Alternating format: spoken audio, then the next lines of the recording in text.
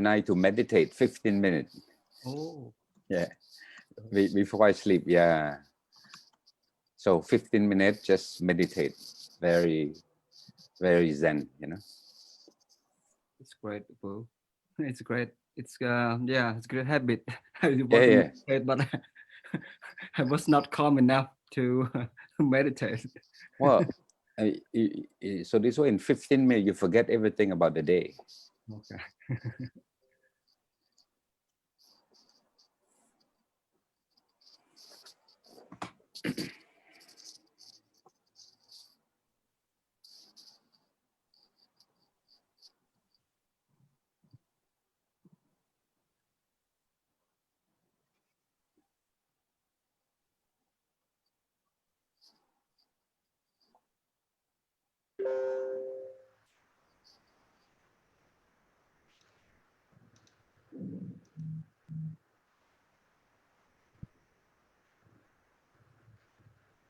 Okay, local lecturer and Bongrai, I think we can start now, right? Okay, great. So a very good afternoon, Excellency, distinguished guests, ladies and gentlemen, and all participants who actually joined our Zoom meeting on Facebook Live today. So let me first introduce myself. My name is Him Satirot. I'm a new program coordinator of the Mekong Center for Strategic Study of ABI. And as the moderator of today's event, I'm pleased to welcome all the panelists and the participants to today's panel discussion on Cambodia amidst geopolitical rivalry in the Mekong region. And so allow me to comment the program by briefly, brief the agenda of today's panel discussion. First, we're gonna have His Excellency Dr. Saksipana, the founder and chairman of the ABI, to deliver the opening remark. Second, open discussion by our three panelists and Q&A session, and then the closing remark by Dr. Chimwanarat, the president of ABI. So, Excellency, distinguished guests, ladies and gentlemen, now may I respectfully invite His Excellency Dr. Saksipana, the founder and chairman of the ABI, to deliver his opening remarks. Excellency, please. Thank you. Thank you very much. Hello, everybody. Good afternoon. I'm very pleased to be part of this webinar on Cambodia amidst geopolitical rivalry in the Mekong region today. And let me just get the formality out of the way. Let me congratulate the Mekong Center for Strategic Study of the Asian Vision Institute for coming up with this very interesting and very pertinent topic, policy discussion. As you know, Cambodia now is trying to navigate for a very interesting time amid rising geopolitical tension. And of course, we know that these tensions have a direct impact on the security of the region. So the more this tension exacerbate, the more you see that there are a change, a transformation of various cooperation initiatives that initially is supposed to be a cooperation, but over time it's sort of like gradually morph into more geopolitical, more security issue, and I hope that our panelists will go over this transition. For me, I think the issue that we should consider is that there's a lot of multiplicity of initiative. You have, for example, and I'm just counting only initiatives that are dealing with development partner. So here you're talking about Japan, China, India, the US, and the Republic of Korea. And of course, there are another initiative, which is the ACMEC, which is driven initially by Thailand. So I'm just focusing on the six so-called cooperation mechanism. With all this cooperation mechanism, you see it's a lot of work happening, but you just don't know how beneficial or how problematic this cooperation is. For sure, there are benefits, but one must realize that there's always something behind that we have to be quite mindful of its effect. For Cambodia, my view is very simple. You know, our policy has always been from the get-go inclusive and open multilateralism. and regionalization. So here our view is that we're a small state, and we have to recognize that. We have to pursue an independent foreign policy because our national stability and our prosperity is definitely tightly interwoven with our neighbor and also with our development partner. So in my decade-long involvement with the Mekong, I never heard of any possibility of decoupling, as far as this development partner or the neighbor with Cambodia. So we are tightly interwoven together. So my view is that in recent years, it's a lot of tension that arise, and mainly coming from two major, I would say, superpower. The U.S. and China are increasingly having some tension, and for sure it has some impact on us. But what also is at play is that you have other regional middle power, like Japan, like in this case involved with the Mekong, you have Korea, you have India, and the US is there prominently for sure.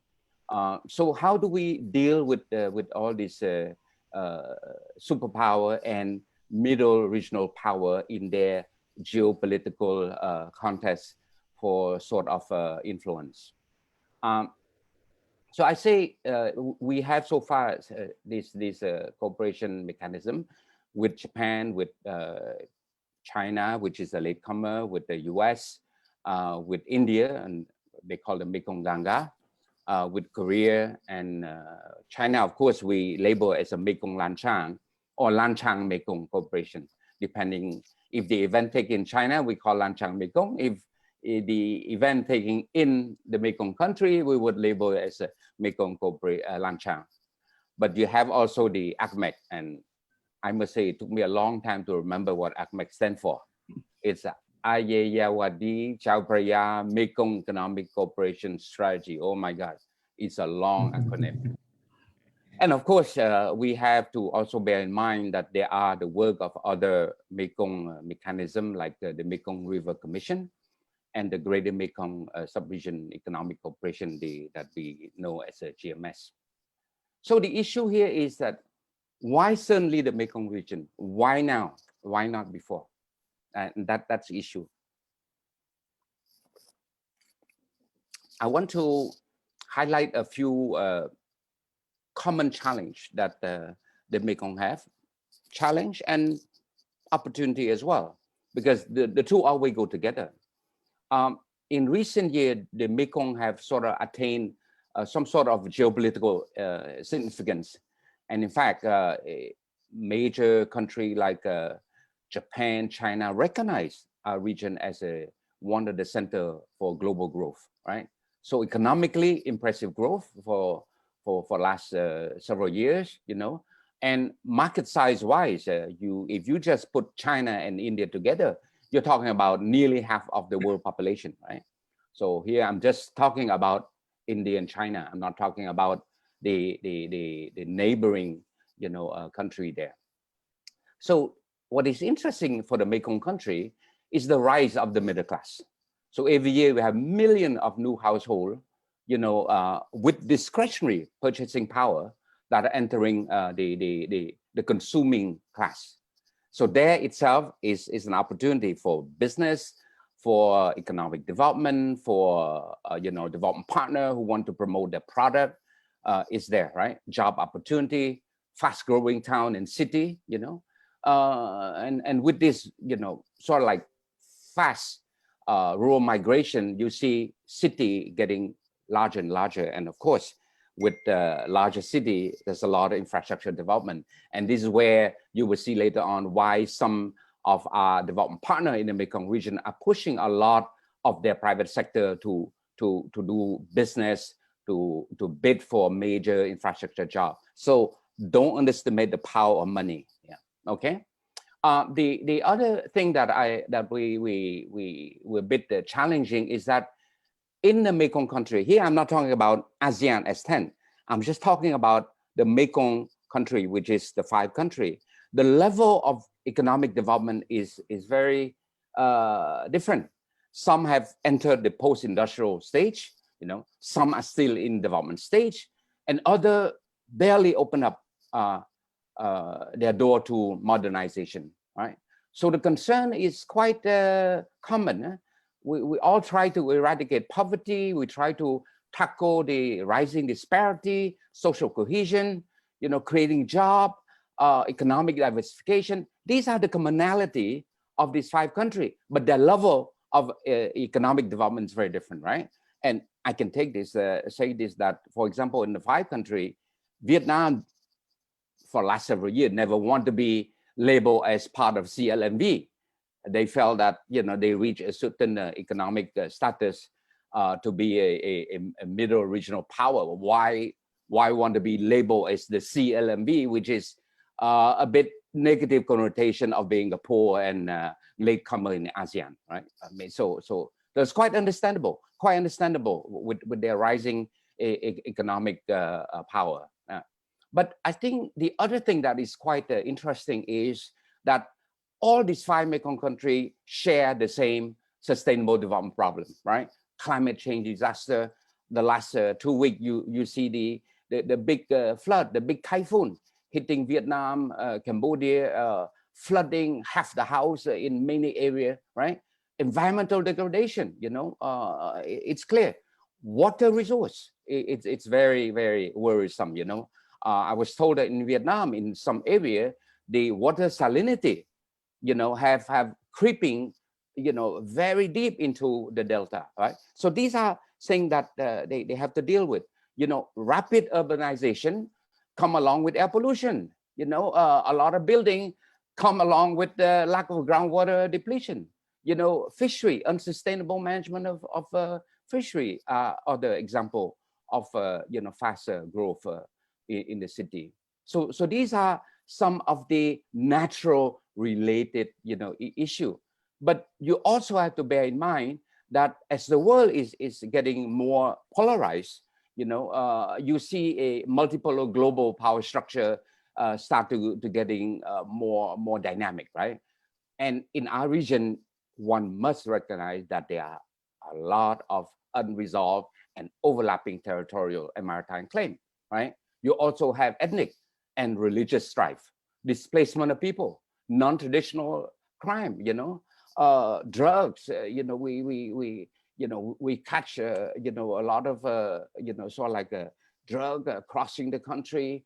You have cross-border infectious disease, and I'm not talking about COVID. COVID hit everybody, but other infectious disease, these five countries are still suffering from that, right? So these are the issue that I want to set the stage, for our discussion, that you have all these challenges, right? And why, the ease of welcoming development partner, why we are so welcoming, the five countries are so welcoming when development partner want to come to say, look, we want to have a cooperation framework. And we all say yes, because why? Because the Mekong leader realized that they cannot overcome this challenge I mentioned before on their own. They're very mindful. They're part of ASEAN, but they still have a big development gap to catch up, right? And the resource that they have is not adequate to tackle the issue that I mentioned earlier. So that's why, we, the five countries welcome cooperation in many different forms: bilateral, triangular, regional, multilateral. We say yes, right? And the problem when you are saying yes to everybody, well, it shows my metaphor is like if you are promiscuous, right? Sometimes it's not good to be too promiscuous, right? But anyway, all I'm saying is that, we do welcome all this multilateral cooperation, trilateral cooperation, regional cooperation, but it does come with a cost also. At times you feel like you are losing the ownership. And it's quite clear. I mean, why you see lately ACMEC getting a lot of traction. ACMEC taking a lot of traction, now because we feel that it is a homegrown. ACMEC is 5 countries of the Mekong. right? So it's homegrown. It's not driven by any development partner, which is very different when you deal with a cooperation mechanism that are, have a development partner on the other side. So if it is Mekong Japan, of course, Japan is driving the agenda. If Mekong China, of course, China is driving the agenda. If with the US, driving the agenda. It is understandable because it is with a development partner. But ACMEC have a lot important in recent years because we feel that it's us 5 countries who decide our own master plan, and we will see which development partner are suitable to work in what sector. And I see the future ACMEC have a lot of future. And you have to also bear in mind that because ACMEC is homegrown, we as a country put our own money. When you put the money, you have a stake. When you're sitting on the recipient end, you have no stake. You're just receiving. It's nice to have a port. It's nice to have a project. It's nice to have this technical assistant. But you don't put anything except your sweat and labor. ACMEC, you put the money, right? It's planned to have 500 million in fund. Thailand commit 200 million. We, the other 4, we plan to put about 100 million. And the other 200 million, we hope to get from development partner. See, we may be not rich as Thailand or as Vietnam, right? Because they have a lot more resource. But we do put of our own money. And that is ownership.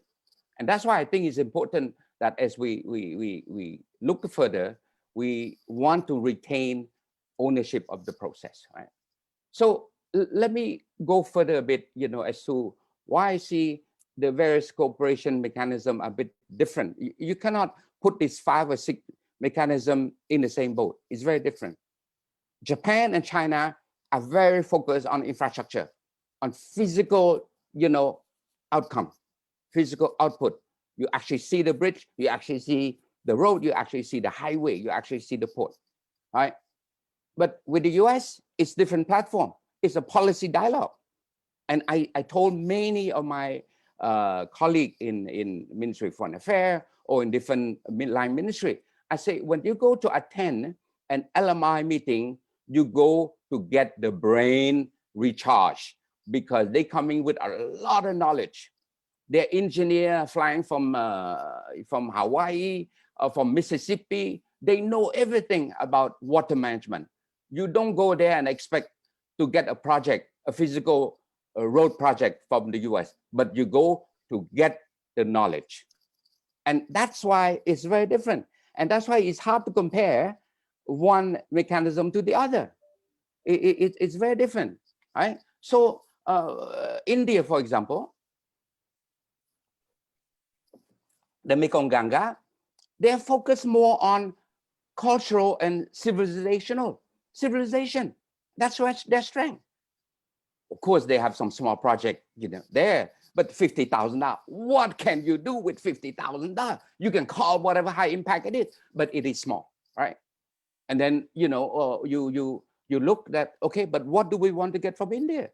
Well, India's strength is more cultural and civilization under the Mekong Ganga. So work on that. They have the Nalanda, for example. That's where you want to get your your scholarship if you want to know about the history of Asia. That's where the collection of all the archive there, right? But you see, different initiative, different angle, right? Korea, Republic Korea, it's small in relative to Japan and China, but they're very committed. They're very serious about that. They want to push further this collaboration with the Mekong region, and why not? And why not, right? So I think these are the how I would describe the diversity of this Mekong cooperation, right?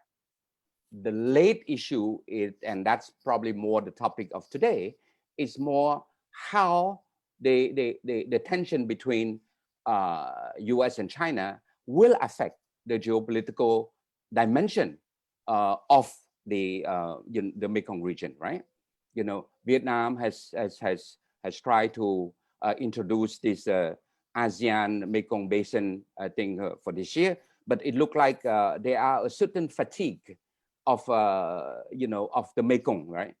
And I can tell you, I follow this Mekong for the last decade. Is about almost 10 years already. I follow. Even me, I feel a bit of fatigue to follow six cooperation. To follow six cooperation, it's a bit, tiring, right? So whenever there's any new initiative on the same thing, we sort of feel, look, we don't have resource. We just don't have the human resource to tackle that. But we have to bear in mind that maybe with the U.S. new president, there may be some policy change. We don't know, but for sure, I think the Mekong region will remain a contested region for geopolitical influence. And I hope that the panelists can share their perspective on how they see Cambodia navigating within this competing framework. But I can say this, I can wrap this by saying that for Cambodia, we are open, inclusive. We believe in multilateralism. We believe in regionalization. And of course, with that, Mekong is a sub-regional cooperation. We welcome. We have always welcome, and we have always been the main driver, in this process. So it's not an issue for us. We're going to be around for a long time to support the Mekong cooperation. But I just want to see how, we can maximize more the benefit for, not just for Cambodia, because when you talk about cooperation, we should think first of the region, and then we get something out of it, not we first and then the sub-region later on. We have to be more magnanimous in terms of our approach to that, right? So I think I exhaust my 15 minutes, and I just want to say good luck for the discussion. And I'm glad I could share my perspective, my frank perspective on how I see the issue facing the Mekong region. So thank you very much and good luck. Thank you. Thank you, Mr. Chairman.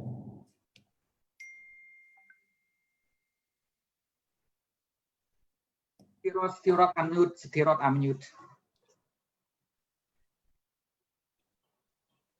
Unmute. We don't hear you, Stirot. We don't hear you. Okay, yeah. Sorry, Lepu, sorry everyone. So thank you, Lepu, and thank you, thank you for your very educational and insightful remarks. So now let me shift the floor to the main agenda of today's event, is the panel discussion on Cambodia amidst geopolitical rivalry in the Mekong region. So this panel discussion will be comprehensively addressed by our three prominent panelists, namely Dr. Chiang Vanarat, President of ABI, Dr. Boran Chanbarai, Program Director of ABI, and Dr. Leng Thirat, Director of Mekong Center for Strategic Study of ABI.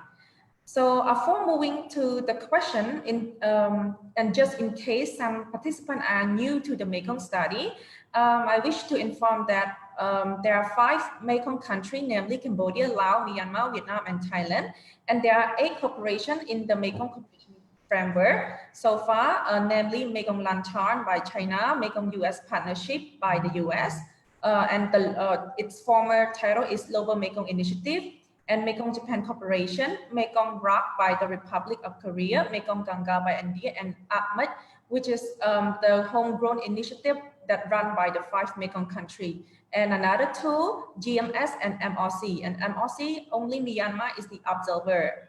And the other 4 Mekong country is the member. So, okay, so now let me pose the question, first of all, to our Honorable Dr. Chiang Vanarat. So Dr. Chiang Vanarat, would you please give us a brief information or brief background and working mechanism of the Mekong Lantern Corporation and the Mekong Ganga Corporation?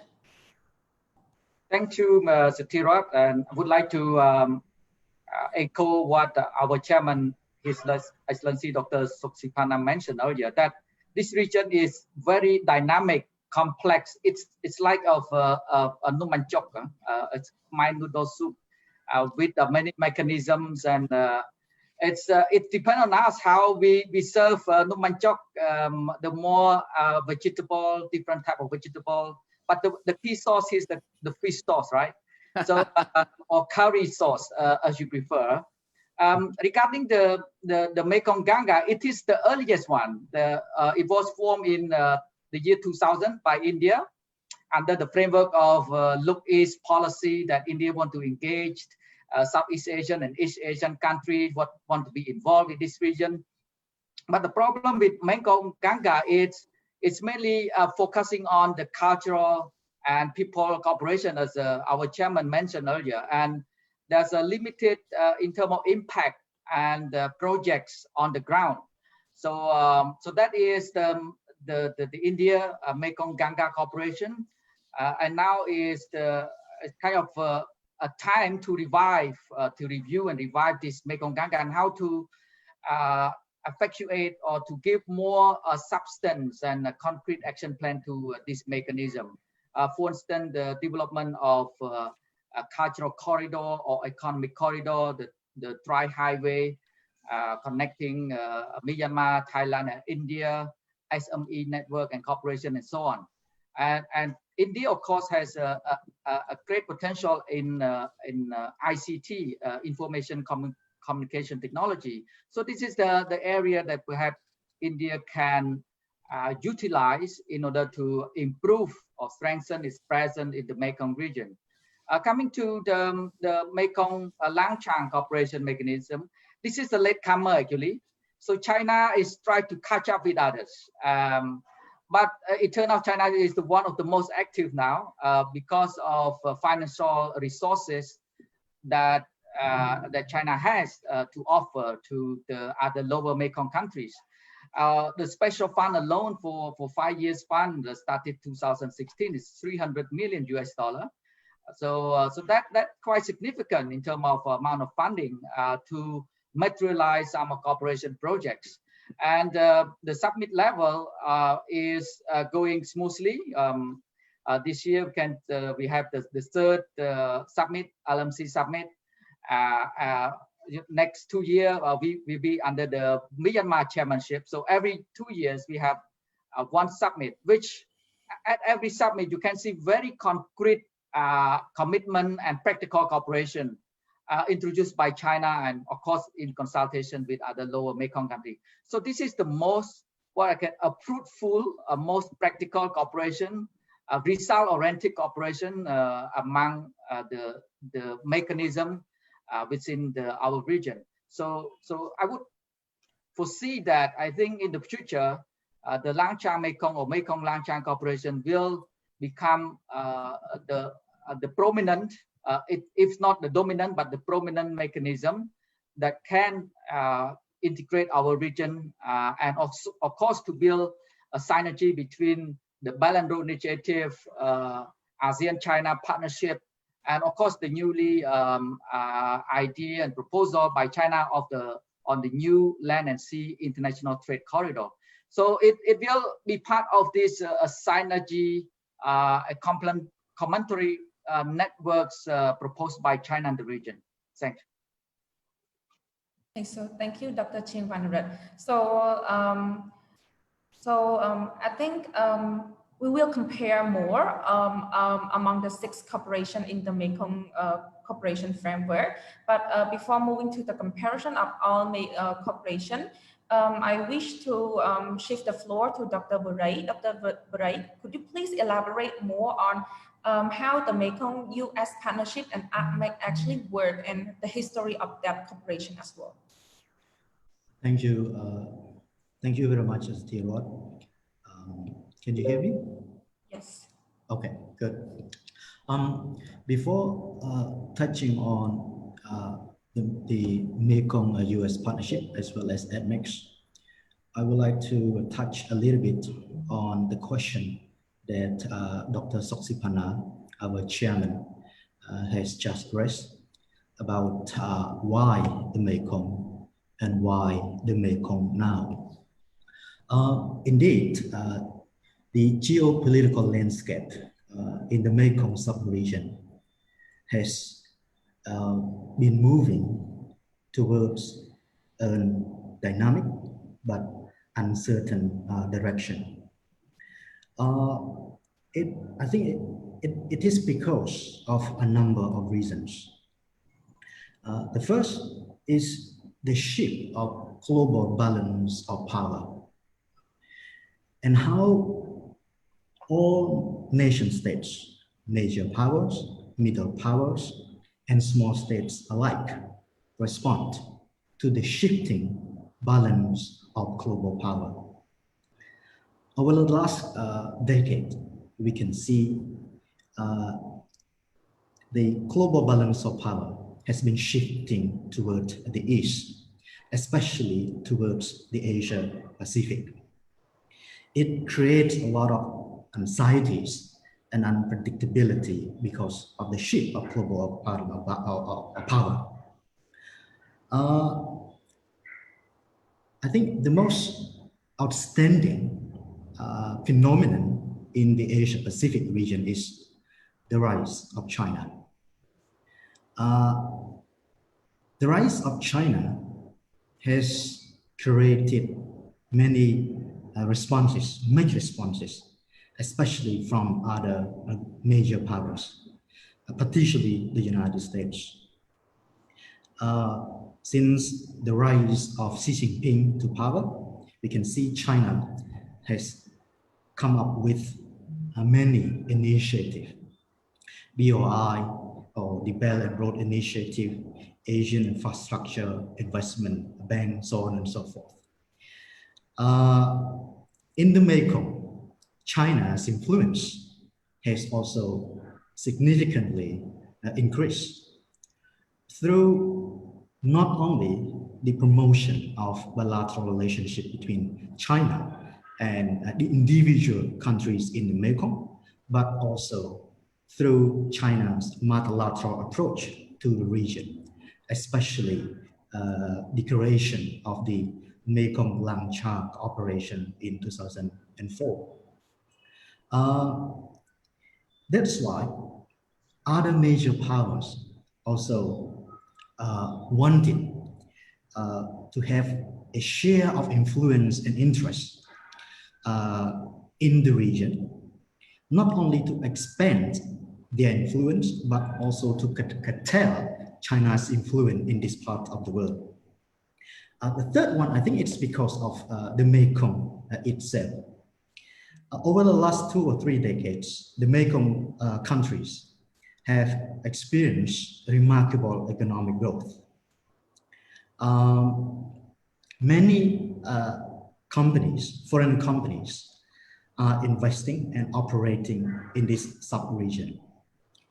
For instance, the United States has invested around 17 billion US dollars as of 2017, with approximately 1,000 American companies in the region.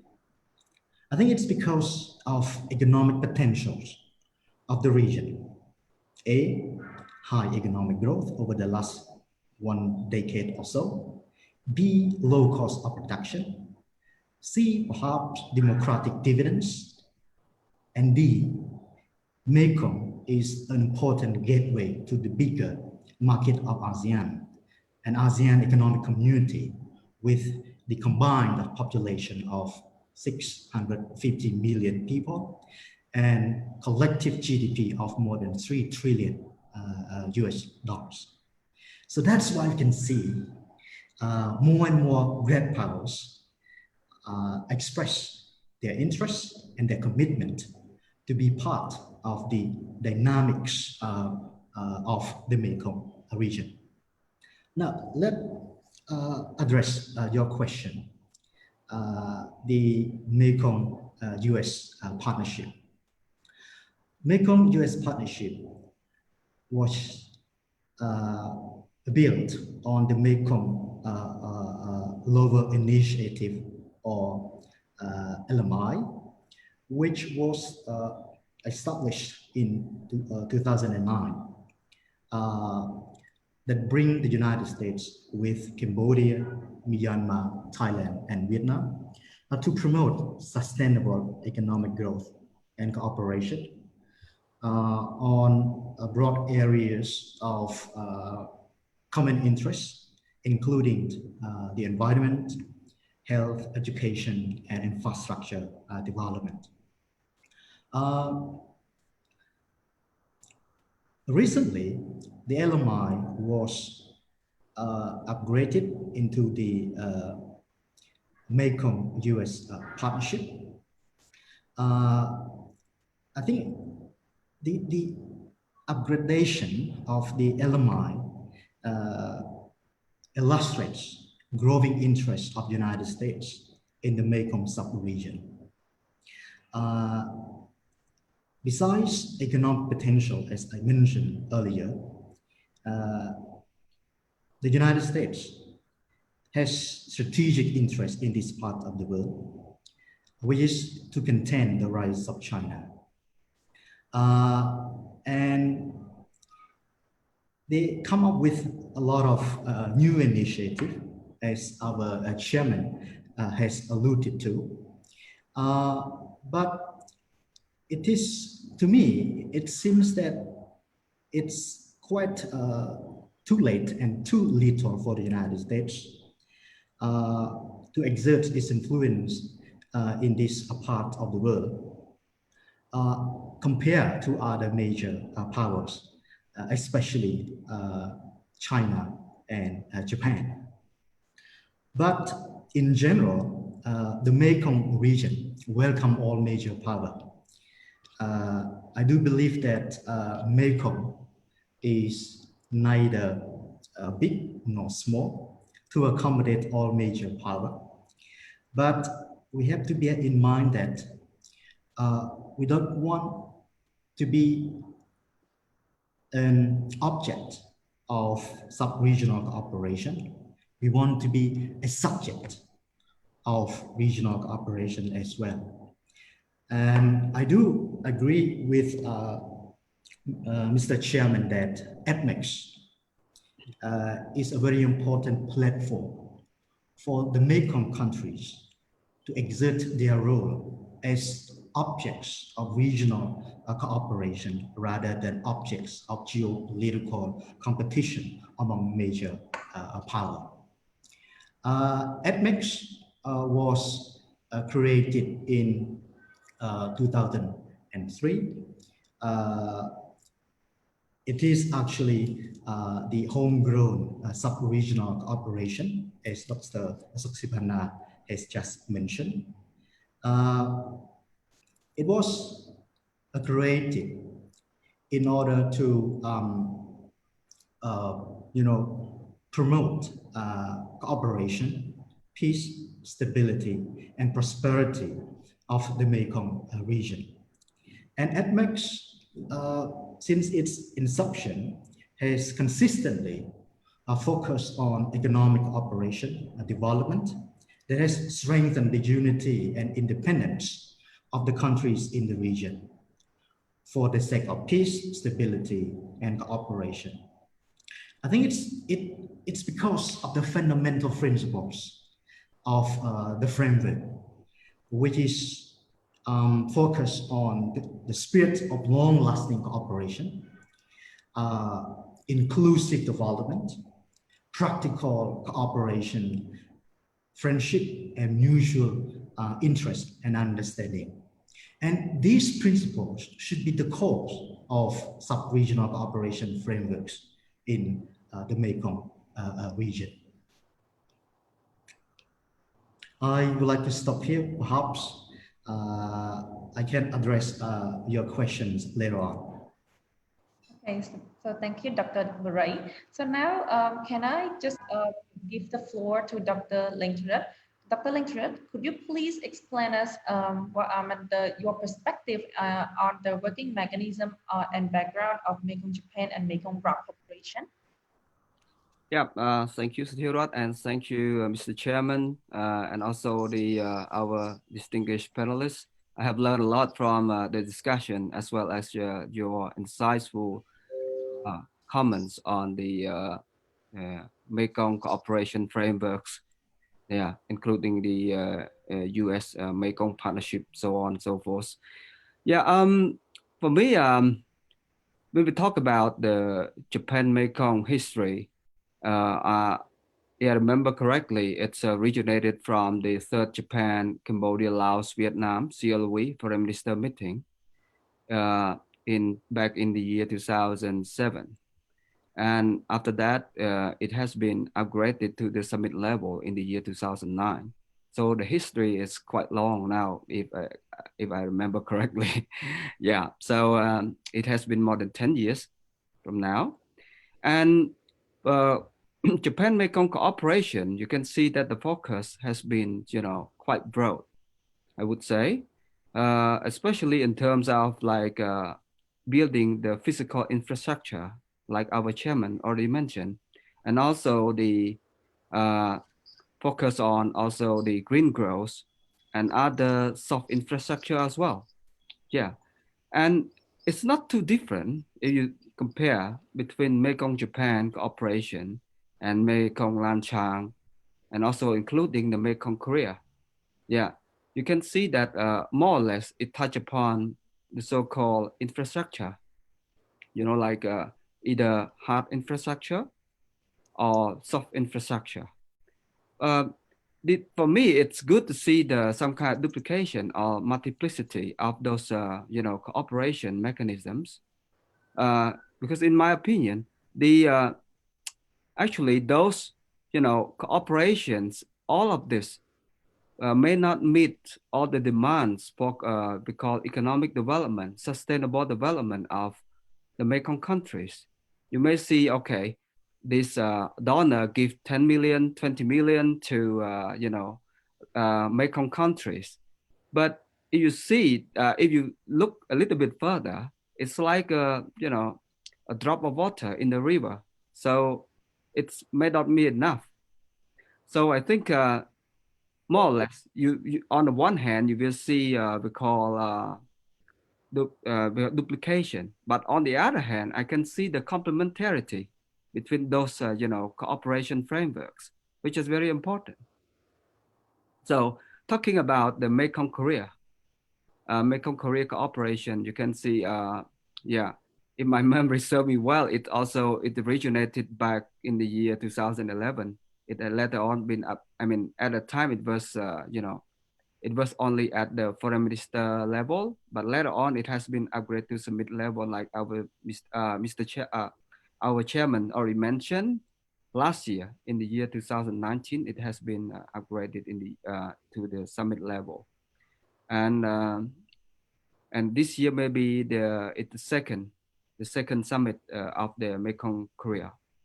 So for the Mekong Korea focus, yeah, I could see that it has more or less touch, like duplicate with the Mekong Japan, but I can see another new area as well of cooperation. For example, like cooperation on the telecommunication, which is very important. Korea is very strong in this area, so I think it would be very beneficial for the Mekong countries to cooperate with South Korea. Yeah, in terms of telecom communications. Yeah, I think I better leave this to the panel, our moderator, to ask more questions. So yeah, and then we will go on with the answer. Thank you. Okay, so thank you, Dr. Lengturet. So I got the most common doubtful question from those who actually study have interest in the Mekong study. They just wondering how is the existing six Mekong cooperation, including Japan, Iraq, the US, China, India, and APMEC, actually different from GMS and MRC. And most of the time, people got confused that MLC and GMS has the same objective. Yes, so the question is actually addressed to all the panelists. Oh. Okay. Who wish? Dr. Lengturet. Well, yes, thank you, Satirot. This is an interesting question. To me, if you talk about Mekong River Commission, this mechanism, these institutions mostly dealing with we call the data information, sharing the data. between the Mekong countries. Yeah, and inform the policymaker within the Mekong countries about like what's going on and what should we do with the water governance, so on and so forth. But if we talk about the GMS, yeah, this cooperation framework is, to me, it's broader. It does not only deal with the matter of water only. It's although the cooperation, I mean, the participating countries might, constrain or might be confined to only Mekong countries, but the cooperation framework might not be limited to the water things. It might be broadened to other areas, especially in terms of, trade and investment. So if you talk about trade and investment, you have many things to talk about it. Let's say how to promote trade and investment. So we have many things within the GMS mechanism to talk about that. Let's say how to improve the hard infrastructure connectivity, how to improve the soft infrastructure connectivity between the Mekong region, how to improve the policy connectivity between the Mekong countries in order to facilitate trade as well as the investment between the GMS countries. I think this is a difference between the GMS and the MOC. Yeah, I think our other panelists may have a say. Thank you. So what about His Excellency Soksipana? Would you like to share some of your guidance or perspective on the difference between the existing mechanism and GMS and MRC? Okay, let me unmute it. Okay, well, the GMS is a flagship program of the Asian Development Bank. So it's very different than a one country development partner. So it's a program. It's a program of the Asian Development Bank. Of course, Japan is all behind, right? If you go to Asian Development Bank, you know who's calling the shot, right? It's the Japanese, manager, because Japan is behind the Asian Development Bank. MRC, it's a intergovernmental body that do work, research, advice, but they don't have big power. They don't have sovereign power. They're like some UN agency. They can only advise. They can only do research or recommend. So it's very different. They're apolitical. In other words, these two entity, two mechanism, they are apolitical. They are not involved in geopolitical influencing, that sort of thing. Yeah. Okay. Yeah. So I think to me, and I think as well as the other panelists, they are quite clear about the difference between the existing mechanism and MLC and GMS. So now let us move to another most important point. It's about the geopolitical rivalry in the Mekong region under the new state actors administration. So nowadays we have according to the news related to the U.S. presidential election, we will have the new state actor that is involved in the Mekong country, and also for our good friend Japan, we actually have Prime Minister Suga as the new president in that can participate. Will participate in our Mekong Japan cooperation. So in this case, I would I got some question to the panelists that according to the recent outcome of the U.S. presidential election, Mr. Joe Biden will be the 46th president of the United States, starting from the January 2021. And he's also the good friend of Mr. Obama. So what will be the expected foreign policy toward the Mekong country, and especially toward Cambodia under the Biden administration? So can I pose this question to Dr. Chilmandarat? Okay, thank you, Mr. Thirat. I just would like to stress and to share the perspective of my colleagues here that the Mekong region is a new strategic frontier of Asia, or contested geopolitical ground or battleground in Asia. So we cannot avoid geopolitical competition and rivalry that is the state of the nature here in the Mekong region. So now coming to the new leadership in Washington, what do we expect? We remember this, the Lower Mekong Initiative was proposed by the Obama administration back in 2009. And at the time, Secretary of State Hillary Clinton was the kind of a pioneer as a key promoter of the LMI. Now it's 11 years old and it's been upgraded to a higher level with the ministerial meeting level.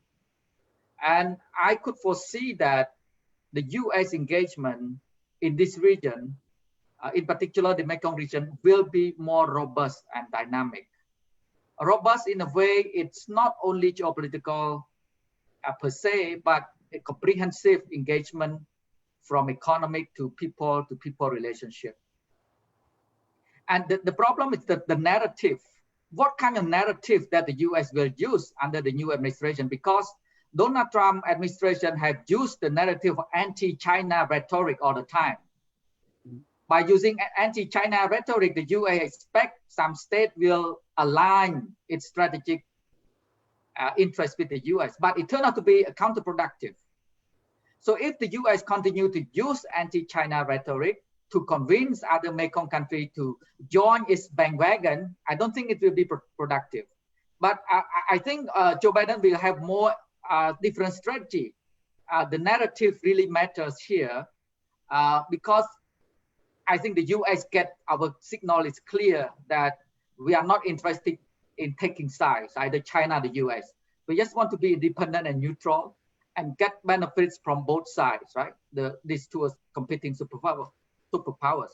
So it depends on the narrative, strategic narrative, but on the ground, we can see more engagement on the ground from the United States. Thank you. Let me comment. I think I follow from the beginning when Secretary of State Hillary Clinton, was sort of like initiated. It's her baby. I mean, let's face it. The LMI is Secretary of State Hillary Clinton baby. Okay, and all along the approach has been the narrative has been very technical. It's very soft. Very, I would say, it's a soft sell, that more about how to protect the environment, how to, build a better dam, how to use better technology.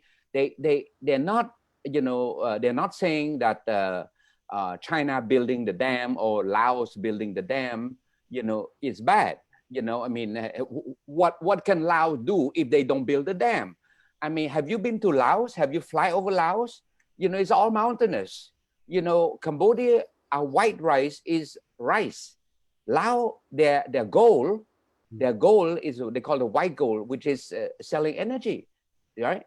So the U.S. has never been, against, directly the dam. But what they were against, they say, look, since you're gonna build the dam, you might as well build better, use better technology, protect the environment, build, dams that are smart, that allow fish to go upstream, that don't ruin the environment. And you see, the dam that broke in Laos a few years ago is a major reminder that when you build a bad dam, look at the effect. It almost killed half of the Laos economy, right? And is a disaster. So the U.S. approach has been okay, learn smart, right? How to manage water resources which are transboundary. So I think for so many years, and it's only up to about 2 years ago, or maybe even less than 2 years ago, then you start to see as China-U.S. tension rise, that you start to see a more, I say, bolder change of narrative where the word China is predominantly used in different discussion. But before, it was always helping the Mekong country to learn how to better manage water, water management, right?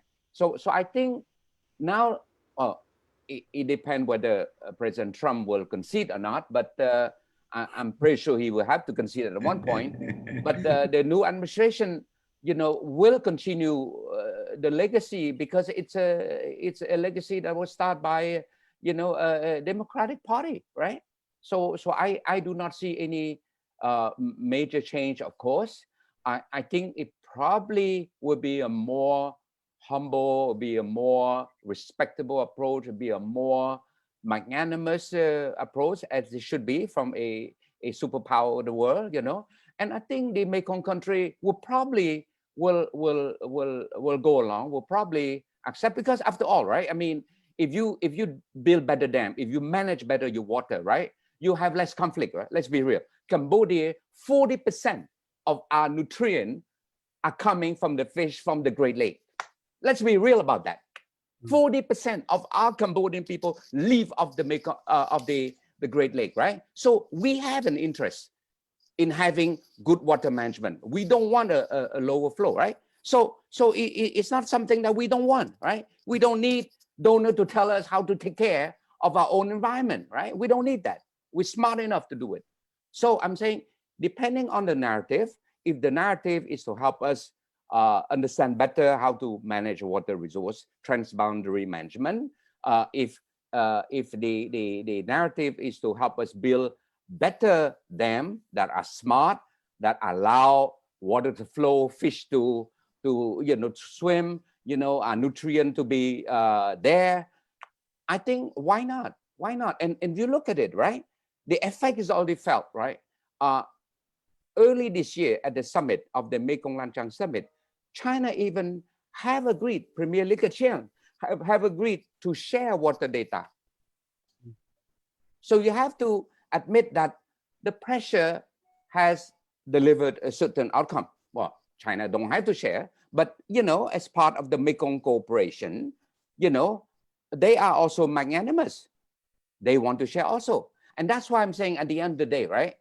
I think, when you have all this multiplicity of initiative, it's up to us how we manage this initiative.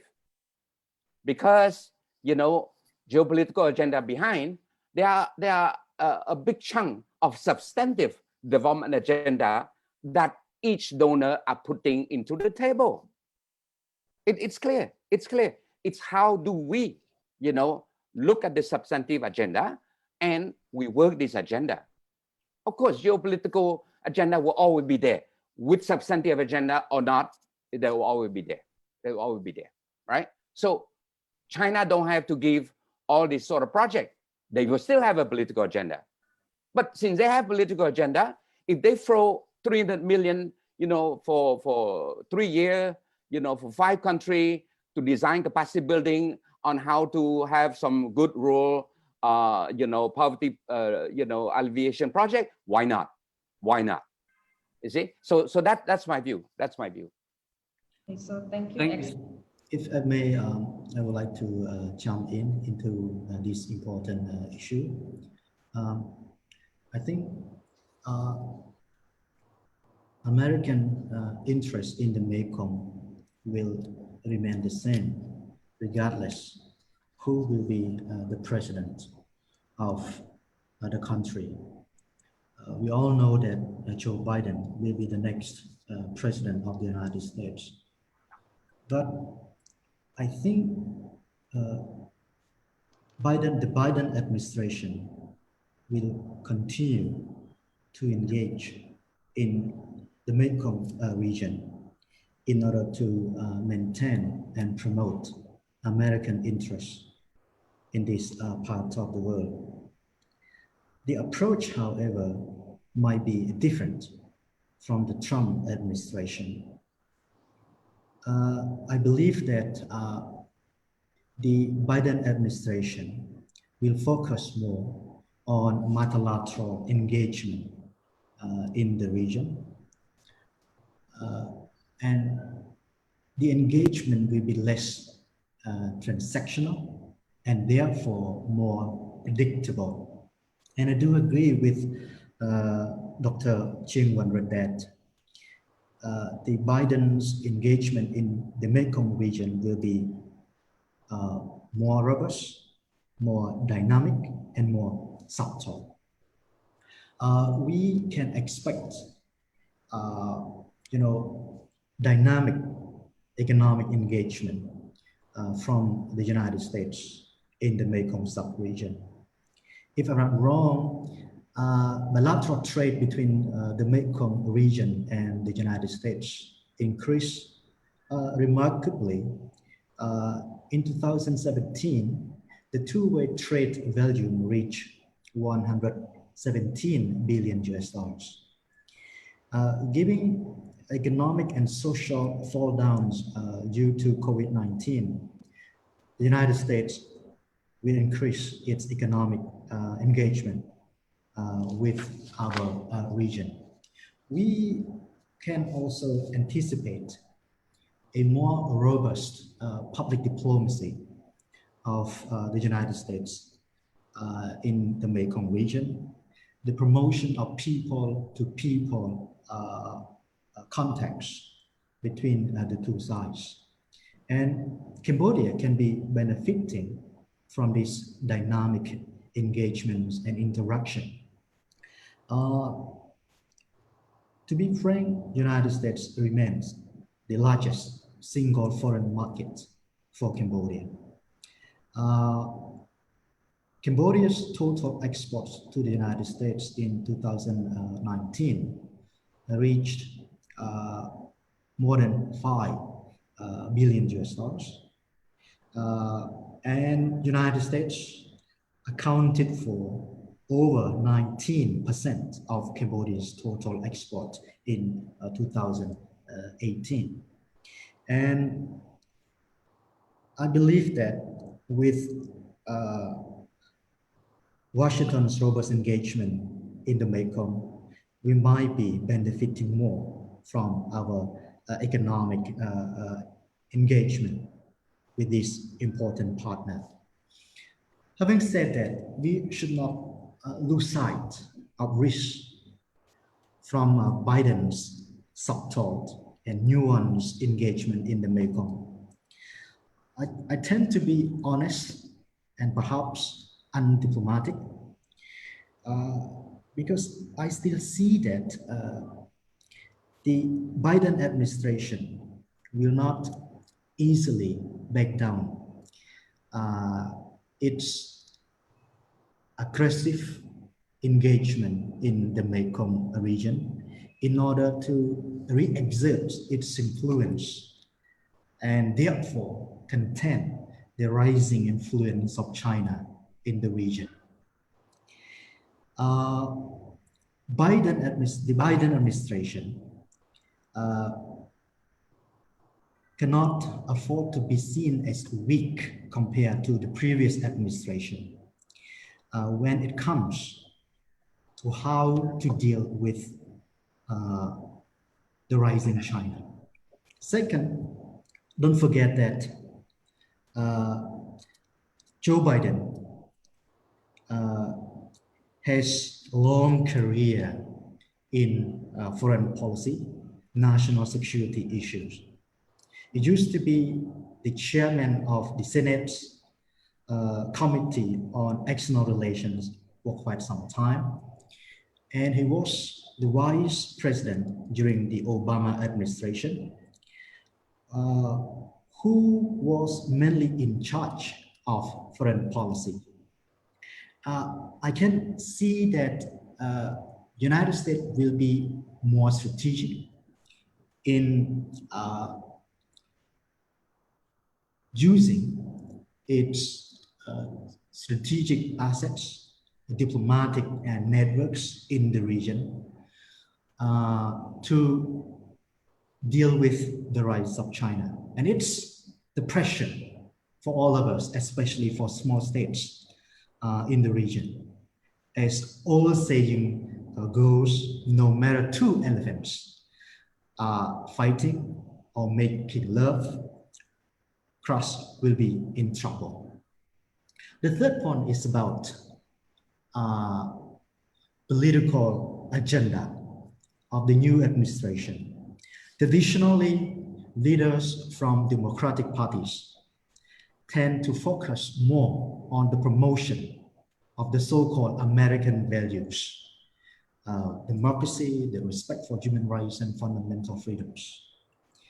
But the fact of the matter is that the promotion of American values by all administrations are not with common standard, always with double standard.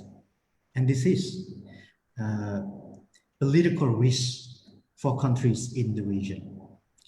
Americans tend to preach democracy and human rights with governments that they see not friendly to Washington, but they tend to be silent when it comes to its allies, partners. So if it is the case, to me, I think it's not healthy for the Mekong-US partnership. It's not a healthy development for peace and cooperation in the Mekong region. And it is not beneficial for the people in the Mekong region. At the end of the day, I still believe that mutual respect, mutual understanding, mutually beneficial cooperation are key to promote partnership and cooperation between all parties and all sides. Okay, so thank you, Dr. Barai, for the sharing perspective, and also Dr. Soksipana. The next question I would like to address again to Dr. Soksipana, because I think you may be an expert with that. I'm familiar with that. It's about the Japan-US Mekong Power Partnership. Because this initiative is a joint initiative between the US and Japan in order to promote and strengthen their energy trade, cross-border energy trade between among the 5 Mekong countries.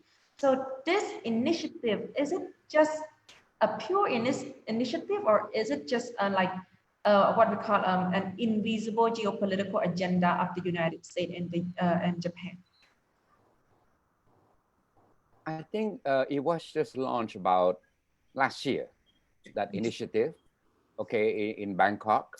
And I was there, in one of the some meeting there. We don't have the full detail, of the initiative yet, but I'm pretty sure Japan and the US are working on the modality, the procedure, and knowing Japan, I mean, let's be real, Japan are very meticulous. They don't jump the gun. They take their time, but once they finish what they have studied, we were going to have something quite substantive and quite long-term, right? So that's always my perception on dealing with Japan on their initiative, right? It's a long time, to fruition, but once it it's born, once the baby is born, it's going to live a long time. So that's my positive assessment of this program. Okay, now from the Mekong perspective, right? These are the sort of initiative that Cambodia can definitely benefit, right?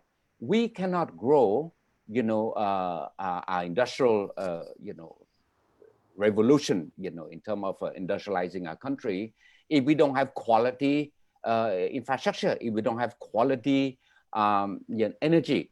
And I say quality energy because, now we talk a lot about renewable energy. Renewable energy, I don't think that we have the technology that is so advanced now that can deliver industrial quality energy. And here I'm talking about energy that drive factory, right? Renewable energy is great for still at this level, for lighting, for uses, but small uses, low intensity, that sort of thing.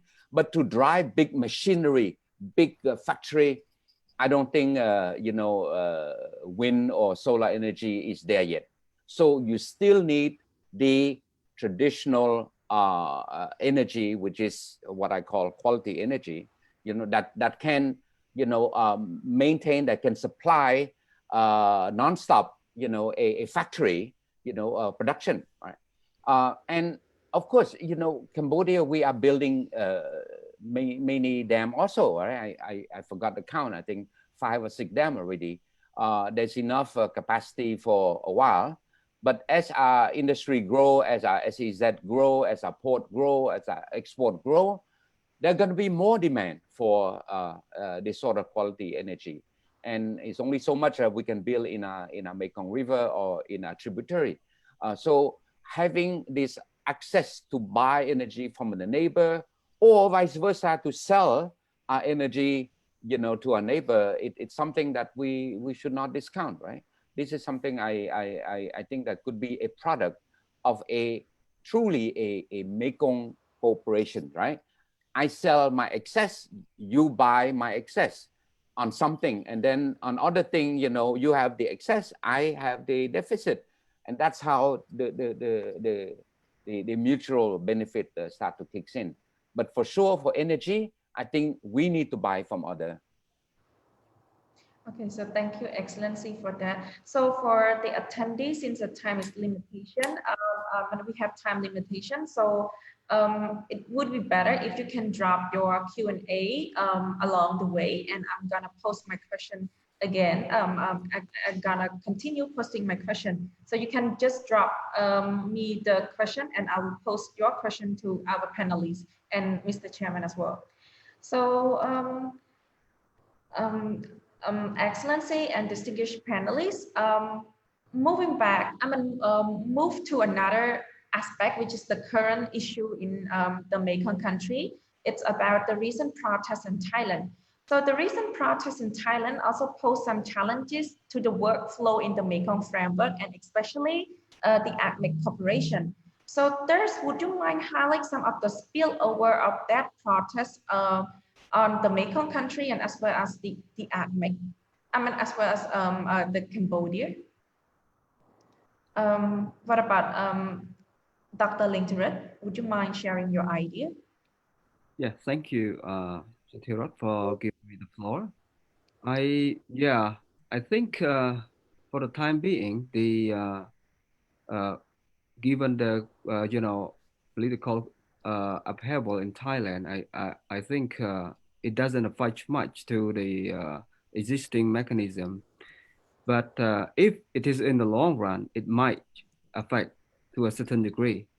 As you know, and as our panelists as well as our chairman mentioned, Thailand has been one of the pioneers of the ACMEX, so which contributed around $200 million as the seed money for this initiative. So if things ongoing, lingering like that, so you can see how can we have how can we push the ACMEX into another step. This is a big question. So this is the reason why we need, if you want to stabilize the Mekong, you want the initiative which is really your homegrown. So you need to have the stable Thailand as well. This is very important. Yeah, thank you. Thank you, Dr. Thirat. So I think we got another question from our attendee. Why the U.S. interest in the Mekong region if we are not talking about the competition with China? Compete with China influence. So if the U.S. ignoring the intentions that the U.S. would want to contend the rise of China, why the U.S. interest in the Mekong region? I think we let Borai handle that. Yes.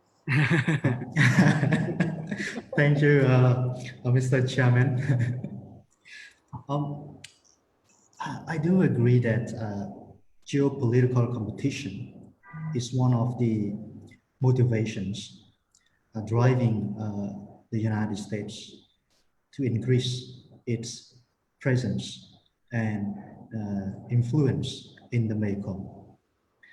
But put aside geopolitical intention, I also believe that the United States is also seeking economic opportunities from our region. As I mentioned earlier, the bilateral trade between the Mekong and the United States increased remarkably over the last 5 years. Americans' investment in the region is also increased to around 17 billion US dollars as of 2017. But we are not honest if we don't admit that the US engagement in the Mekong is also serving its geo and strategic interests, meaning containing the rise of China. The promotion of the Mekong-US partnership recently is actually part of the US free and open Indo-Pacific strategy that the Trump administration announced in late 2017 or early 2018. And everyone knows that the free and open Indo-Pacific strategies is to compete with the Chinese Belt and Road Initiative. So we have to realize this reality. But for small states like Cambodia, we do not wish to be dragged into geopolitical competition among major powers. Small states only wish to live in peace and prosperity. Small states only wish to ensure that their population can enjoy full employment, social progress, and cooperation with the rest of the world. I think the Mekong countries experience the strategy of great power politics during the Cold War. And we don't want to see the history repeat itself in our region. So this is my wish. And I also think that this is the common wish of all people in the Mekong region. Sithirot, can I share something with what Dr. Boray just shared with us? Yes, please. Yeah, thank you. To me, every region or every country that experience growth, like China, for example, it is very understandable that they must face obstacle one day. In other words, an empire has to face the obstacle. This is very common and understandable. So the rise of China is no doubt that, must be contained by someone, especially the existing empire. And you would say, in this case, maybe the United States. So for me, I think it is understandable. But the thing is that why our regions, especially the Mekong region, becomes the region of their contestation. This is an important question. I think more or less our chairman and our president already addressed that the Mekong region is the growth center. The growth center means that when you experience growth, normally it's the superpower will be interested in gaining influence over the growth center. So this is how they can maximize their strength. This is very understandable. That's why the Mekong region become their contesting ground. Yeah. And the second thing, if we look at the Mekong is, I would say, beside the South China Sea, it is another we call better ground, that maybe the United States can, use it to as we call as a chip to contain the rise of China. That's why the Mekong region become, like the contesting ground. Yeah, but in terms of their contestation, I would say, for me, I personally, I don't object to any competition. I would say the competition is good, yeah, to a certain degree. But if it is escalating into the rivalry, it's a problem.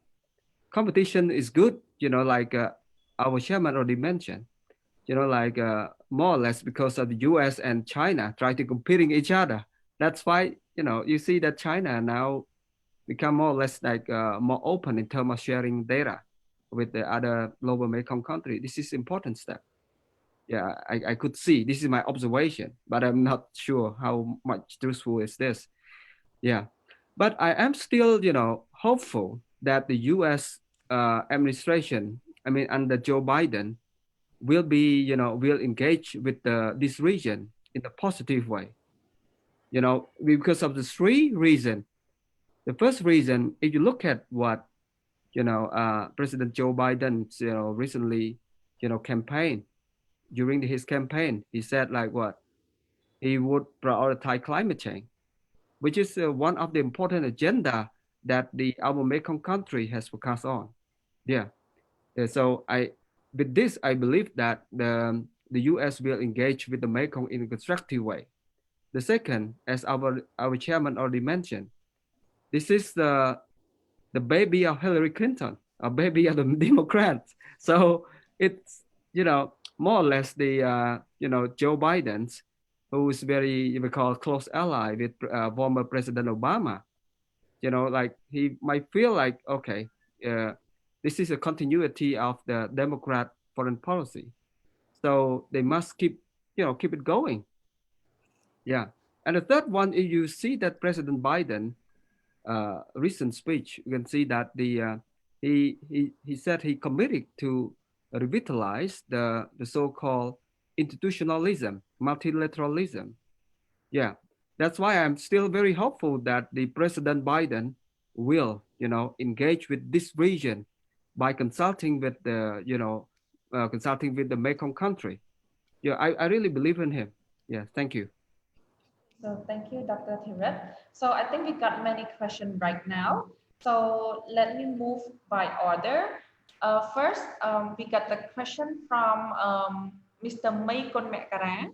As the development gap remain within members of the Mekong, what the cooperation should fill the gap, as I have observed that development remains slow.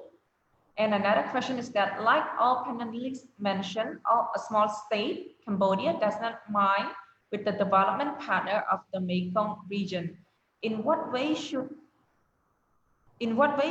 we shape the policy to take much benefit for their economic development? So the first question, so it's all about the challenges and opportunity of the Mekong Development Corporation. So can I pose the question to Dr. Chimandra? Okay, thank you. Thank for the question. Development gap has been one of the key issue of ASEAN and also for the Mekong Cooperation Framework. So for Cambodia as a less developed economy, I think have been consistently pushing this agenda on development gap reductions. So the development programs and projects under the Mekong framework really contribute to the infrastructure development and connectivity, generating trade flow, investment flow, tourism flow that contribute to the local economy, especially the cross-border trade, investment, and tourism. So that really important, but we know that the speed a bit slow due to various technical problems. And I would like to stress is the governance issue is the main issue, right? Once we have a very integrated regional integration, facilitation of trade, investment, and so on, But if you don't have good governance in place, then it's hard to distribute the outcomes and the fruits from the regional integration to the local people. So to some extent, in some cases, it may widen the gap as well between the rich and the poor, including the digital divide, right? For those who have access to technology and those who do not have access to technology. And COVID-19 really accentuate the inequality existing in the regions. So that is something that I think we need to come up with a more of institutional approach of how this mechanism can also, in addition to the functional cooperation or practical cooperation, can also have enhanced governance, national governance, local governance of the Mekong countries that can better distribute the outcome and the fruits of economic development and regional integration. Thank you. Okay, so thank you. Let me add that. You know, on the development gap, we have to be clear that it's very difficult to decouple and give credit to each initiative. And within each initiative, it's very difficult to even claim credit because donor by default always multi-count, because they have bilateral relation, they have sub-regional cooperation relation, they have ASEAN relation, they have multilateral relation. So when a donor builds a bridge, I can assure you in every speech, the bridge will be mentioned. And then you just wonder, when the speech was mentioned at ASEAN level, when the speech was mentioned at the Mekong region level, when the speech was mentioned in the UN level, where is the funding from that donor coming from? Is that coming from a bilateral pool, you know, or is that coming from a sub-regional pool? I mean, so this is the problem about multiple counting, right? So you cannot really say that when we borrow the loan, $100 million to build, to expand the Highway 5 to Thailand, right? So say 50 kilometers, go to Thailand. You borrow from a donor. You cannot say per se whether it's coming from bilateral arrangement or from a Mekong arrangement or under ASEAN or purely from Belt and Road or whatever. This is the difficulty of counting or giving credit, because this tendency to just report everywhere you can. At one point, I can tell you, at one point, a few years ago, the foreign minister, the previous foreign minister, Excellency Hanam Hong, he turned to me and he said, so we have 3 bridges now? I say, because he attend 3 different meetings and he hear about that donor, say building the bridge. And he turned to me, he say, do we have 3 bridges now? I said, no, it's the same bridge. But, I mean, the donor have to claim the credit, I guess. So you see, development, reducing development gap, you cannot claim to say this is under this framework, that framework. And to be fair, even if you build that bridge, right? What made you think that your bridge actually, take the credit of the whole, transport logistic, for example, if the other donor is the one who built the road, right? One build the bridge, one build the road. So do you claim that a peak of bilateral trade between Cambodia and Vietnam jump up 250% because since we have the bridge?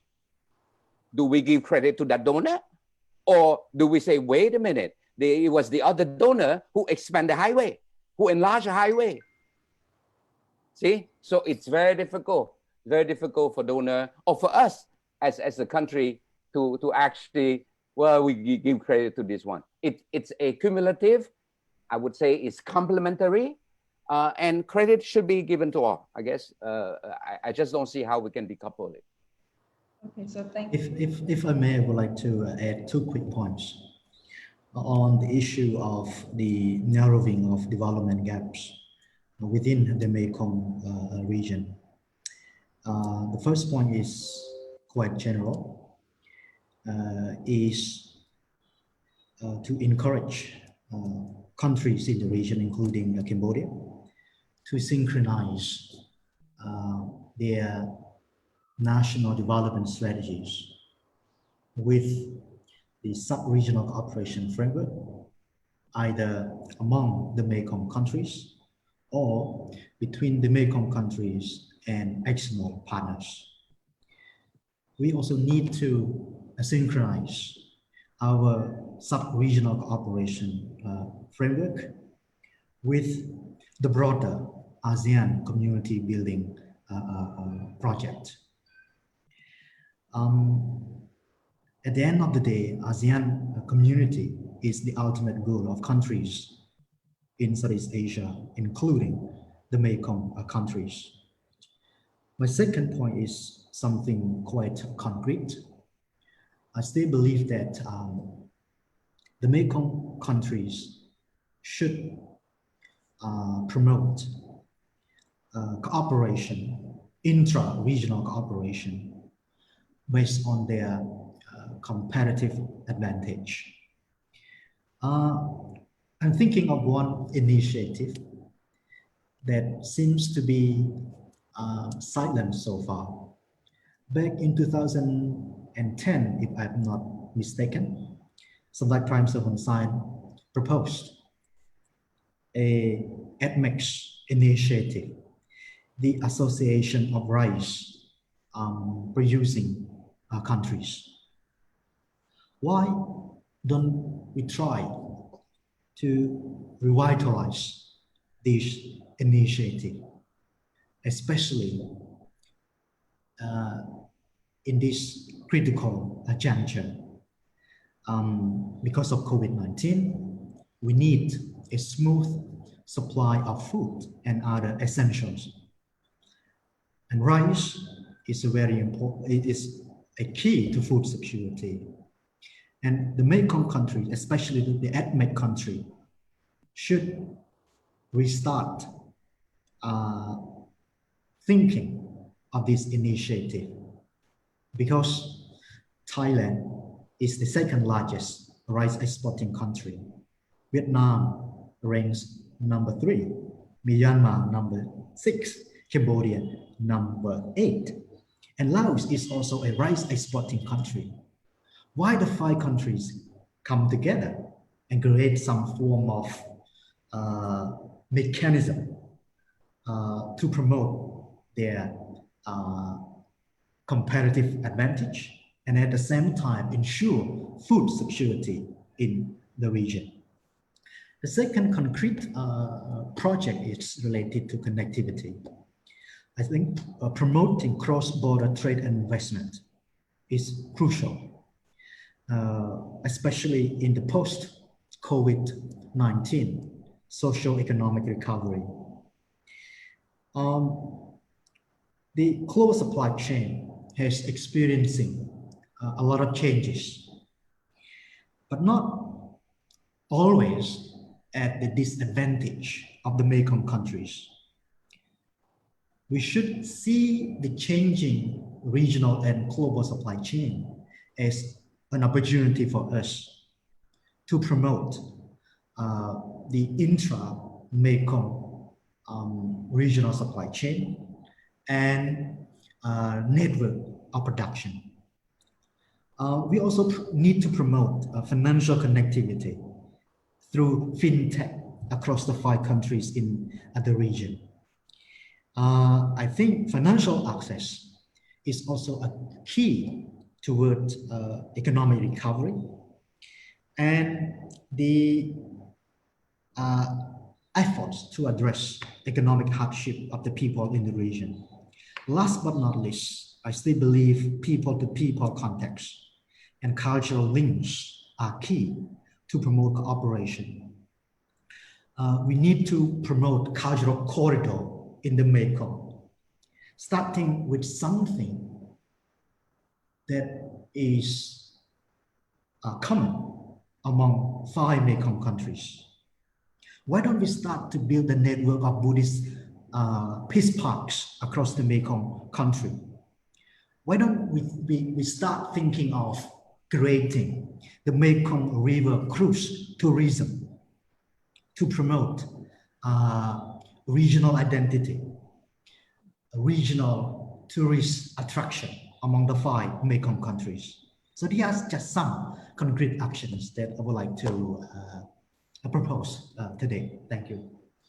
Okay, so thank you, Dr. Barai. And let's move to another question since we got 7 more questions to go. And I think we almost time, but is it okay?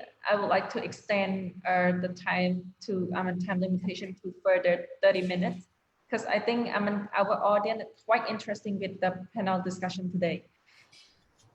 Okay. 7 more questions. 7 more questions. So okay, quite some time. Okay. So this question, it's from Mr. Tata. I'm not sure whether Mr. or Mrs. Or Miss. May I know how does it affect the human right due to the new president of the United States, especially in the ASEAN region? So, Dr. Saksipana, would you mind sharing? Say it again. I don't hear the question. I mean, the effects of the human rights situation in ASEAN, especially after the new presidency of the new president of the United States. Well, we don't know yet. I mean,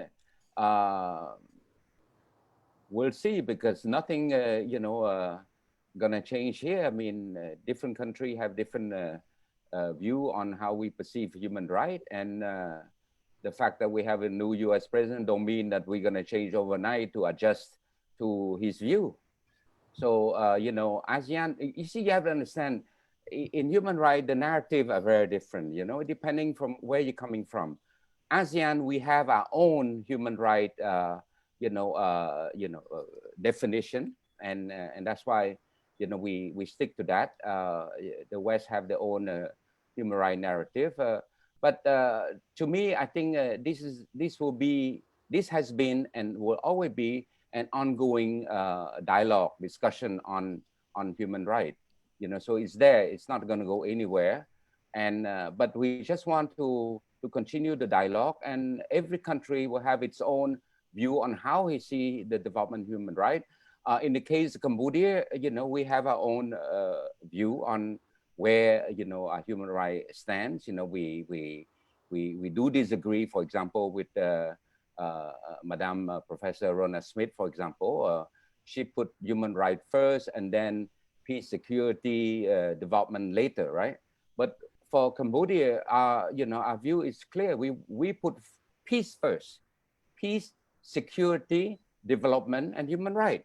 The 4 are important, right? The 4 are important, but it's how you see which one come first.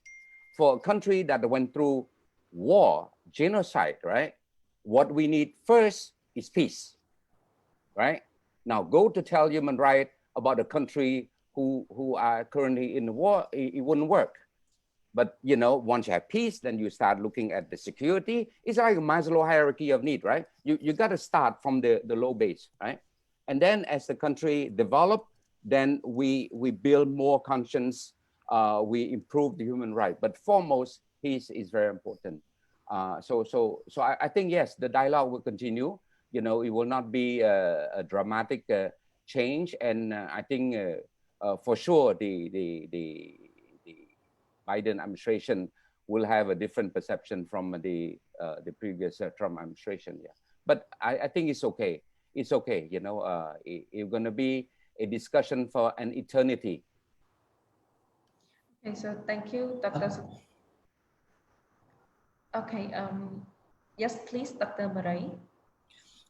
I would like to make 2 quick points again on human rights. Number 1, we need to understand that human rights and democratic values must reflect characteristics of societies we are talking about. different societies have different characteristics, different political culture, and different social values. So we cannot just universalize the notions of human rights and democratic values for the sake of doing so. Second, democratization is not a linear process. We need to come to the term that sometimes democracy is like, I don't know, a crab who move 2 steps forwards, sometimes 1 step backwards, and sometimes 1 step sideward. And this is the reality.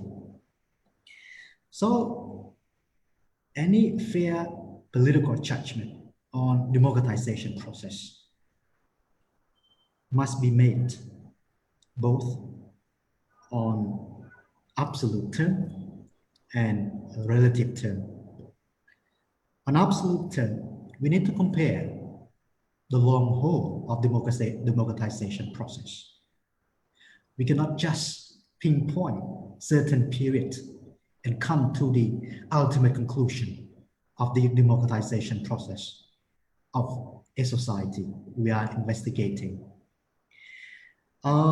Second, we need to compare the democratization process of one particular society and the rest of the region or the world at large.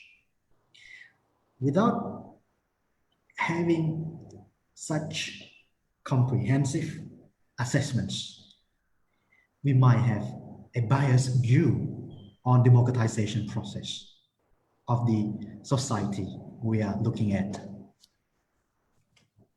Okay, so thank you, Dr. Varai. Let's move to another question from Mr. Sovida. He's the current PhD candidate at Griffith University, and he's got 2 questions. So given the fact that the US Mekong Partnership pledged to work with Japan and act much like an institutional coalition to improve the region, what is the future scenario for their joint cooperation, and what are the anticipated responses from China? So can I pose this question to Dr. Vanarat? Thank you.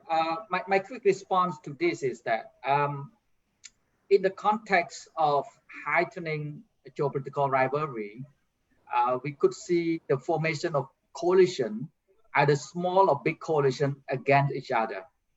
That's why I think I support the perspective by our chairman and my colleagues that we need to build our ownership, strategic autonomy within the region, right? So we can see complex coalition, dynamic coalition among certain country against another country.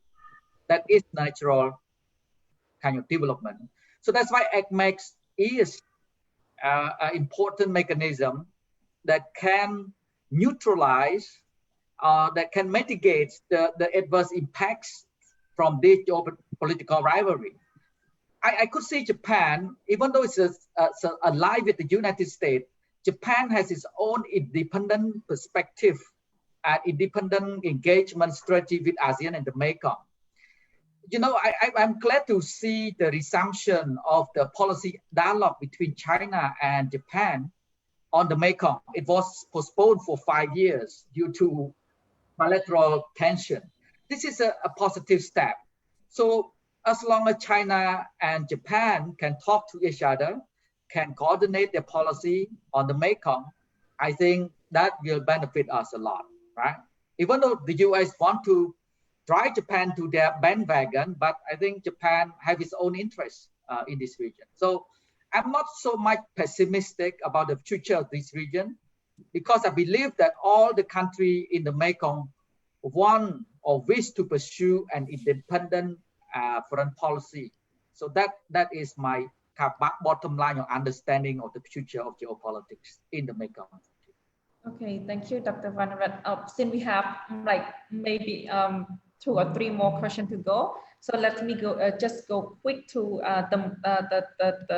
another question. Dr. Tirat, may you answer this question from Mr. Mekong? What are the benefits that ASEAN get from the Mekong-US partnership? What are the benefits that Cambodia, that the Mekong country may get from US-ASEAN partnership? Is this a question? The benefit that ASEAN get from the Mekong-US partnership. Oh, I see. Yeah, thank you. Well, as our colleagues already mentioned, ASEAN, in order to make ASEAN become a competitive, we call, destination for the foreign investment absorption, the narrowing development gap is important, is crucial. So in order to do that, to achieve the goal of narrowing development gaps, we need, to narrow the development gap between the Mekong countries and the developed ASEAN countries. That's why, this is important. One, you want to integrate ASEAN as a big market, you have to have at least, an even development, level between these countries. That's why it is important.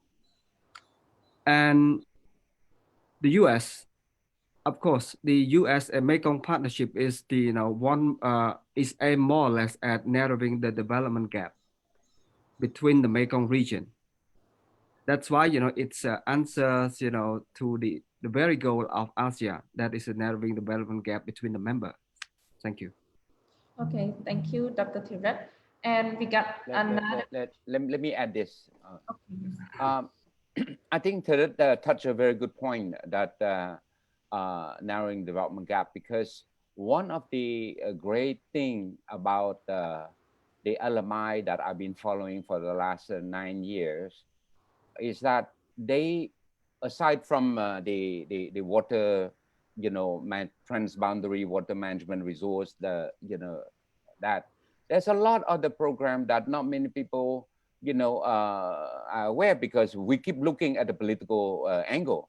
But there's a lot of non-political programs that are very beneficial to the Mekong people, particularly in the area of entrepreneurship, in the area of women empowerment, women entrepreneurship, in the area of science, in the area of, fintech, in the area of digital, stuff, right? I mean, they have a lot of program. And you ask many Cambodian now that I see them, graduate and then get involved in different programs. They do benefit, but unfortunately, it's under the economic thing, right? So we don't get a lot of traction, a lot of coverage. We have a tendency to look more what's happening at the geopolitical thing, and that's why I'm saying, in this Mekong cooperation, we should look at from a holistic perspective, right? Yes, there are surely geopolitical dimension, but there are so many other non-geopolitical, which is benefiting our Mekong country, which is benefiting our youth, is benefiting our women, benefiting our entrepreneur, from the various program. And ultimately, what it does help, and that's the question of that's question now by saying who am I, is that all these programs, not just Mekong US, Mekong and the other 5 partner will benefit the Mekong country in terms of narrowing the development gap and enable us to catch up, with the other more advanced ASEAN. Okay, so thank you, Excellency. So we got another question from Mr. Chan Kakada. What are the main concrete challenges being faced by the 5 Mekong countries, and especially Cambodia, under the existing 6 Mekong framework? And how can you see the development of their engagement in the Mekong region in the future? So can I pose the question to Dr. Borai? Repeat the question again. Okay, so he wants to know the main challenges that the Mekong country and especially Cambodian are actually facing today under the six Mekong cooperation framework, and the future engagement of their those cooperation in the Mekong region. For example, the US will focus more on this field or that field. Okay, I got the point from Mr. Kakra, right? Yes. My response is twofold. Number one, I think all Mekong countries want to see the synergies and complementarities among all sub-regional cooperation frameworks, because we wish to see so for the interests of the people in the region, and for the sake of regional cooperation, and for the ultimate goal of building the ASEAN community, because narrowing development gaps is key to realize the ASEAN community building vision. But the reality is that all development partners are not always trying to promote the synergies and complementarities between their respective cooperation framework. They tend to promote their respective framework as a strategic tool to exert their influence, promote their interests at the expense of other major powers. And this is a challenge for Mekong countries. Number two, all Mekong countries, 5 countries, share the same ultimate goal, which are promoting connectivity, prosperity, and well-being of the people. But unfortunately, they do not share common strategic vision in their engagement with external powers. And it's, again, a challenge for the 5 countries to share the same visions, given historical context, different priorities in their strategic direction and foreign policy outlook. But I think all of them need to strike a balance between regional cooperation and integration, economic growth and prosperity, and the realization of their strategic interests and geopolitical intention they want to achieve. And it's a challenge for the 5 countries. Okay, so thank you, Dr. Varai, and thank you, our prominent Mr. Chairman, and also the prominent 3 panelists. I think we got more questions, but we'll try to answer the question through email. We got only 3 more questions. So due to the time limitation, I think it should be time to end the panel discussion today. And thank you, thank you all, His Excellency Chairman and the 3 prominent panelists and our participants that you guys have contributed to a very good and fruitful discussion and comprehensive discussion on the political agenda and geopolitical rivalry in the Mekong region. And so on behalf of the ABI organizing team, I wish you all good luck, healthy, and stay safe from the COVID-19. Buddha bless us. So thank you, Excellency, distinguished guests, ladies and gentlemen. Our panel discussion today has now come to an end. Thank you. Thank you, Stira. Thank you. Thank you. Thank you. 100, you're not closing?